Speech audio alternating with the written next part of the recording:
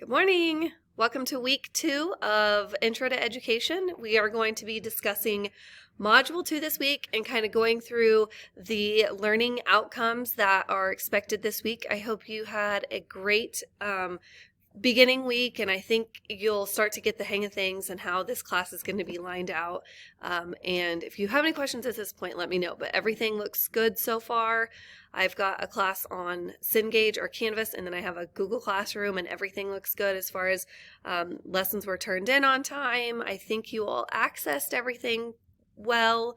Looks like everybody's textbooks are up and running. So we made it through the hardest part, and let's get ready for Module 2. So looking at Canvas for Module 2, our overviews or our outcomes this week, we're going to be talking about just the concept of school. And the book really gave a good analogy on what is a school, because a lot of times teachers or pre-service teachers going into education, they know that they want to be a teacher, they know they like kids, and they know they like a certain content area or maybe not, but they don't really think about what the purpose is of a school and the concept of a school. And this analogy in the textbook, I think, really hit the nail on the head when they said if fish were scientists, the last thing they would study would be water. So meaning so much of our life as educators is going to be school, but do we really take the time to stop and think about the concept of school and the purposes of school? And so during this module, we are going to understand what school is and what school is for. There's two distinctions between education and schooling, so we're going to talk a lot about the vocabulary words schooling and the vocabulary education. You're going to analyze the ideas of schools in different cultures and the roles of society within the schools. That can be different depending on where you live. Excuse me. We have different schools with, obviously we have public schools and we have private schools, and society in general is going to be different in the geographical region where you are, but also in whether you live in a small town or a big city, if you teach in a district that there's 9 other elementary schools or you are the only elementary school. So just depending on where you are, there's going to be distinctive differences between the socialization and the cultures within your school also. The book talks a lot about some diversity among the schools, and that's just your typical diversity in schools. There's 4 basic purposes of schools, and we a lot of times think that as a teacher's viewpoint, we think of school as being intellectual, and they come to get the knowledge that we have, we give it to them, they leave, they go home, they study, and they come back for more. But have you ever thought of a parent's perspective of school? So a parent may be thinking that it's up to the school to teach my kid how to tie their shoes, for example, in the younger grades. Or it's up to the school to teach my kid how to share, because my kid's an only child and we don't have very many opportunities to share. My kid doesn't know how to skip yet. So that's the PE job. That's the PE teacher's job to teach my kid how to skip. And so parents might have a different perspective of what their kids should come to school to learn and then come home with than teachers. So that's a very interesting concept to think about.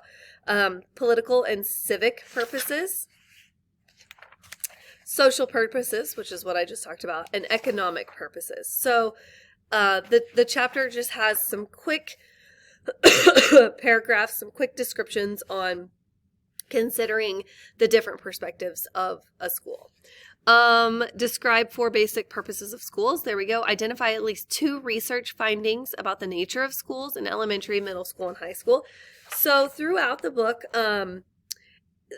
it goes through like the life of elementary schools and how they started, where they've evolved, where they're going in the future, with elementary, middle school, and high school. So there's some scenarios and some examples throughout the textbook that may be new to you. They may be new concepts to you. They may be old concepts to you. But indeed, they are important to read all 3 of them. Even if you're only interested in elementary school, we kind of need to know about all of the school at this point. Summarize what researchers claim as a good school, and then describe the challenges improving our school. So obviously, challenges that we are facing today as educators and as a school entity would be budget. I think if you emailed or interviewed teachers, parents, administrators, I think the first thing they're going to say is the budgets. Things are expensive right now. Running a school is expensive. Teacher shortages right now. We don't pay our teachers as much as some other jobs, and so that could come in with the budget also. And so the book talks about how we are going to overcome the challenges that are facing our school today as teachers and as educators. So characteristics of an effective school, that's one thing that the book really does a great job outlining. If you think about a great school, if you have kids, thinking about what you want your kids' school to look like. Also, if you don't have kids and you've obviously been a student before and you've been to a couple different schools, which school was better and why? What kind of school do you want to be a part of when you actually have a teaching job? Do you want to be a part of a school who has really bad communication channels of communication? Do you have high expectations of teachers? Are they allowed to kind of teach whatever they want, do whatever they want, if you will? So I think that communication among teachers and among your community is very important. Also, your teacher expectations. So this chapter is fairly light reading as far as I like how the chapter goes back and forth between the parents' point of view and the teacher's point of view, and sometimes even the community's point of view. So a lot of times these lesson outcomes, it's not just the teachers and the school's point of view for the concept of school, but they also bring in some parents and give us the parents' point of view also. So I think that's phenomenal. How powerful is that to have the insight to what your community wants from you as a school and what your parents, the parents of your students, want from you as a school. So I really enjoyed this chapter. I hope you do too. The assignments within this module are set up the same as last week.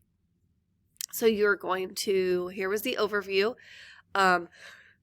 Excuse me, what is a school good? What is a school and what is it for? Is chapter 2, and that's the link that you'll use. Here's your video case.